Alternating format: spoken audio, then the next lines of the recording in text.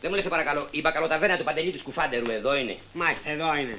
Μήπως φάνηκε ο κύριος Μπούρμπουρης? Ποιος είναι ο Μπούρμπουρης? Ο κύριος Μπούρμπουρης, ο κύριος Κιτσάρας. Μπα, ο Κιτσάρας είναι και Μπούρμπουρης. Έχει δυο ονόματα λόγω αναστήματος, βλέπεις. Βρε μου, φάνηκε ναι ή όχι? Όχι, δεν φάνηκε. Και ανησυχούμε κι εμείς. Τον αποθυμήσαμε, λέμε τι να γίνει ο κυρατάς. Εδώ κοντά λέει υπάρχει ένα καφενείο, Όχι εδώ κοντά.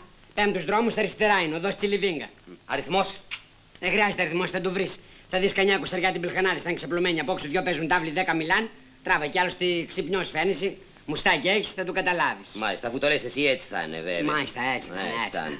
Λοιπόν, άμα θα έρθει ο κύριος Κιτσάρας, γιατί θα έρθει. Α, θα έρθει. Πες του ότι τον περιμένει ο Μίτσος ο σοφέρ στον καφενέ. Εσύ ο Μίτσος ο σοφέρ? Εγώ είμαι. Χάρηκα διόν του, Ζήκους. Του λόγου σου από πού είσαι? Μπα, θες και ταυτότητα? Γιατί ρωτάς από πού είμαι? Γιατί δείχνεις για μεγάλος αετός, μωρά αδερφέ μου. Μπα. Μην πας στο διάλογο ρε παλιό σοφεράντσα που θα με πεις και αετό. Άντε μη μαλώσω βραδιάτικα πάλι. Άντε.